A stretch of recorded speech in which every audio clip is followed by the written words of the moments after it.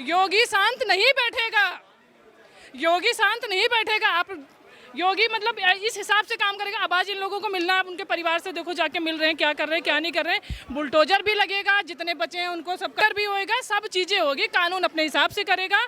जनता को जो हंगामा मचाने से कुछ नहीं होगा भाई। अच्छा, नाम क्या होगा आपका? मेरा नाम रुचि ठाकुर है। आपका नाम क्या होगा मैम? कुमकुम मिश्रा। क्या कहना चाहोगे जिस तरीके से अभी असद कर दिया गया, उसको लेकर क्या कहोगे आप? देखो जनता अभी भी संतुष्ट नहीं है। जनता का ये कहना है मारा गया, सिर्फ बंदूकें दिखाई जा रही है, बाइकें दिखाई जा रही है। उन्हें अभी पूरा विश्वास नहीं है जनता को कि उसका हुआ है। तो जनता के संतुष्टि के लिए ये है कि उन्हें पिक दिखाई जाए, पूरी उसकी फ़ोटो जो है वो सोशल मीडिया पे दिखाई जाए कि उसका मतलब डेथ हो चुकी है, पूरी फ़ोटो दिखाई जाए। जनता तो तब संतुष्ट होएगी। जनता की तो मांग ये है। बाकी हमें पता है हो गया है, हम भी जनता को यही समझा रहे हैं कि हो गया है, सब अपना अपना दिमाग कूल करो, हो गया। और जितने बचे हैं सब। असद जो था वो किराए के मकान में रहता था या फिर अपने मकान में रहता था? देखो उसने अभी शायद 6 या 7 महीने पहले उसका जो अपना फ्लैट वगैरह था या जो भी ज़मीन वगैरह था उसने बेचा है। इस टाइम वो करंट टाइम में शायद वो रेंट पे ही था, करंट टाइम पे रेंट पे था। वहाँ पे जो बोल रहे हैं कि रेंट पे, अगर उसे अच्छी से उसकी वो करे जाए, जांच की जाए, तो पता चल जाएगा उसका फ्लैट अपना था या रेंट पे था। लेकिन जो उसका ऑनर है वो ये कह रहा है कि अरशद यहाँ पे रेंट पे था, असद यहाँ पे रेंट पे था। अभी जैसे आपने कहा कि बेदखल भी कर दिया, मतलब यहाँ के लोग कह रहे थे कि असद के माँ बाप ने बेदखल कर दिया था। क्या बेदखल करने की वजह ये थी कि उन्हें पता था कि मेरा बेटा गुंडा है? ऐसा कुछ नहीं, कोई बेदखल नहीं है। अगर आप किसी को बेदखल कर दोगे फिर घर में भी रखोगे? कोई बेदखल नहीं। ये सब नौटंकी बनाई जा रही है, ड्रामाबाजी है। नाबालिग है, बेदखल कर दिया हमने, तो ये कर दिया, ये सब खाली खेल खेला जा रहा है। ये कोई बेदखलबाजी नहीं है, कुछ भी नहीं है ऐसा। अभी अभी एक व्यक्ति मैम बाहर है। अभी 5 लोग बता रही थी पुलिस के, 5 लोग थे जिसमें 3 लोगों को गिरफ्तार कर लिया गया, एक अशद नाम के व्यक्ति दिया गया, लेकिन अभी भी एक व्यक्ति फरार है। क्या लग रहा है? उसको भी पकड़ा जाए और उसका भी पकड़ा भी, जितने भी हैं सारे को एंट्री होना चाहिए। हाँ। एक को भी नहीं छोड़ना चाहिए, क्योंकि अगर सारे छोड़े जाएंगे तो इनका भाव और बढ़ेगा, इनका भाव और बढ़ेगा, फिर और बच्चों को भी ये टारगेट करेंगे।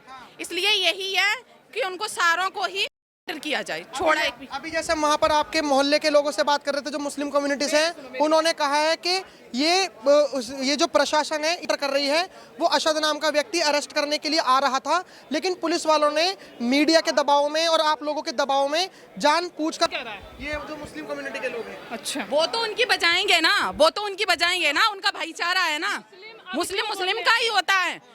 वो जब से ये लड़का हिंदू है, जब से डेथ हुई है, एक भी नीचे उतर के नहीं आया मुस्लिम।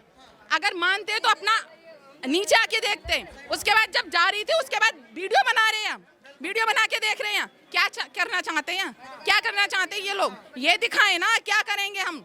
हिंदू किसी से कम नहीं है, हिंदू किसी से कम नहीं है। संगठन एकता होनी चाहिए, बस हिंदू में एकता होनी चाहिए। हिंदू में सारे हिंदू से मैं यही कहना चाह रही हूँ, अभी जितने भाई हमारे यहाँ पे हैं सब जाग जाओ, अभी भी बहुत टाइम है, बहुत टाइम है, सब जाग जाओ, सब जाग जाओ। बस हिंदू अगर एक रहेगा तो कटेगा नहीं। देखो ये योगी बाबा हमेशा कहते हैं अगर बटोगे तो कटोगे। उनका तो सीधा हर मंच पे जो पहला भाषण होता है वो यही होता है कि अगर बचोगे वो करोगे तो कटोगे। तो ठीक है, सबसे पहले तो हिंदू को सबको एक होना चाहिए। हमारी तरफ से तो यही कहना, भाई अपने बच्चों को सुनो, मेन चीज जैसे इनका एक मदरसा है, ऐसे हम अपने बच्चों को जैसे 1 घंटे के लिए अपने बच्चों को हम फ़ोन दे सकते हैं। 1 घंटे के लिए भैया तुम फ़ोन चलाओ, फ़ोन के लालच में बच्चों को कुछ भी, ऐसे हम अपने बच्चों को 1 घंटा हम पे जब भी टाइम हो तो हम बैठा के सही गलत क्या है उन सारी चीज़ों को बताएं, क्योंकि माँ बाप से ही बच्चे संस्कार सीखते हैं।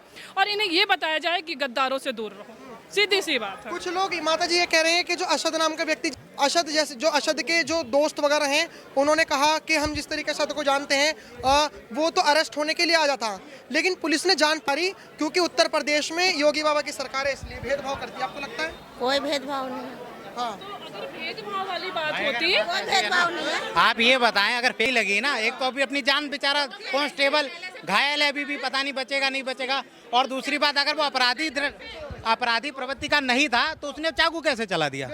भाई अगर अपराधी प्रवृत्ति का नहीं था तो वो चाकू नहीं चलाता। अगर वो इतने सीधा था तो जाता चाकू एंटर करता उसी दिन। वो गायब कहाँ था? और सबसे बड़ी बात, वो 3 दिन रहा किसके साथ? भाई ये जितने हैं ये सब सपोर्ट करते हैं और ये व्हाट्सएप ग्रुप पे जुड़े हुए होते हैं। आप इनसे पूछ लीजिए, अभी किसी भी मुस्लिम से पूछ लीजिए, बोलेगा मुझे कुछ नहीं पता। आप एक आप एक एक मुसलमान के यहाँ जाइए, आप पूछ लीजिए, बोलेगा मुझे कुछ नहीं पता। और बाकी आप उनसे बांग्लादेश के बारे में पूछ लीजिए, फिलिस्तीन के बारे में पूछ लीजिए, पाकिस्तान में उनके आका कौन है वो भी पूछ लीजिए, क्योंकि वो सब व्हाट्सएप ग्रुप पे जुड़े होते हैं। वो शोक भी व्यक्त करते हैं अगर बांग्लादेश में कोई मर जाए। इंडिया में एक भी मुसलमान टोपी लगाए आपको यहाँ आते हुए दिखा? भाई पड़ोसी होने के नाते आ सकते थे, हिंदू मुसलमान दूर की बात है, पड़ोसी भी तो हो गए ना कोई ना कोई। कौन आया आप बताओ? फिर कह रहे हैं तो पुलिस वाले ने खुद को, जब तुम इतने सीधे थे तो चाकू कैसे चला दिए 7-8 बार? फिर अगर तुम चलो चाकू चल भी गया तो जाके सरेंडर करते पुलिस के सामने। 72 घंटे कहाँ गायब थे तुम? तो ये दिखाता है कि एक तो मुस्लिम कम्युनिटी पूरी जो मुजरिम है उसका सपोर्ट कर रही है, ऊपर से वो अपराधी ही था, इसीलिए पुलिस पे गोली चलाई। कोर्ट कचहरी तक उसका सपोर्ट करेंगे, वो मस्जिदों में चंदा करके मुकदमा लड़ेंगे, अच्छा वकील करेंगे।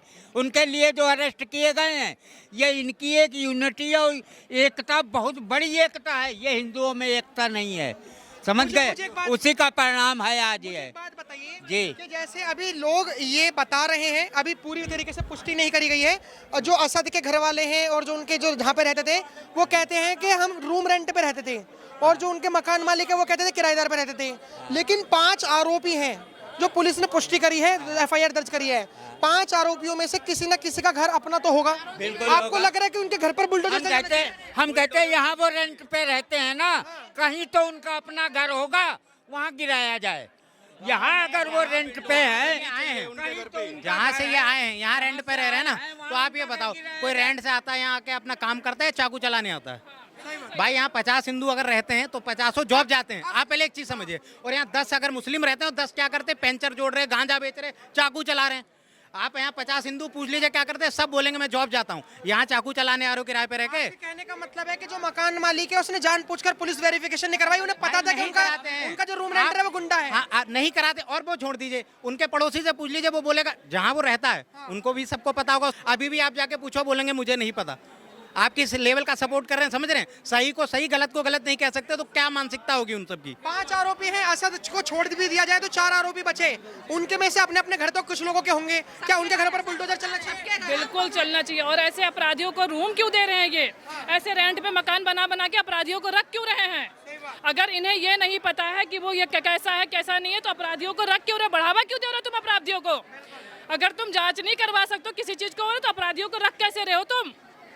अपराधी को रखना कहाँ लिखा हुआ, किसमें लिखा हुआ कि अपराधियों को तुम रख सकते हो? चाकू, छुरी, दुनिया भर पीटने वाले औजार कैसे घर में आ रहे हैं ये?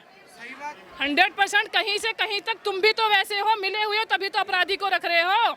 एक अपराधी दूसरे अपराधी को जब ही तो रखेगा, अगर अपराधी होगा तभी तो रखेगा। नहीं, हम तो किसी ऐसे रेंट वाले को नहीं रख लेते हैं। अब तो ये हाथ खड़े कर दिए कि ये तो रेंट पे रहता था। रेंट ऐसे हाथ खड़े करने से कुछ नहीं होगा। तुम लोग वहाँ पे जाओ और सारी पूरी की पूरी जाँच करो।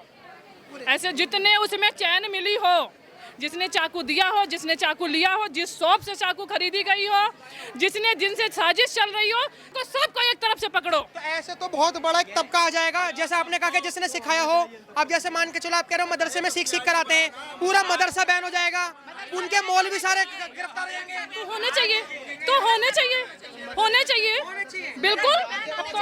मदरसे बैन होने चाहिए। मदरसों में सिखाते ही क्या है? यही सिखाते हैं। जमात में क्या सिखाया जाए? ये काफरपना सिखाया जाए। ये जमात में जो जाता है काफरपना सिखाया जाए, और क्या सिखाया जाए? वहाँ कोई सा ट्यूशन पढ़ाया जाए? जमात का मतलब क्या है? इसमें काफर कि ऐसे करो, इनके जो वो मौलाना वो काफरपना सिखाते हैं। तो असद के कांटेक्ट में जितने थे कम से कम 100 लोग गिरफ्तार में आ जाएंगे। भाई 100 आरोपी है ना वो, अगर जुड़े हुए हैं। अगर जिसने 72 घंटे उसको रखा, 72 घंटे बाद मिला ना, 72 घंटे कहीं तो रुका होगा।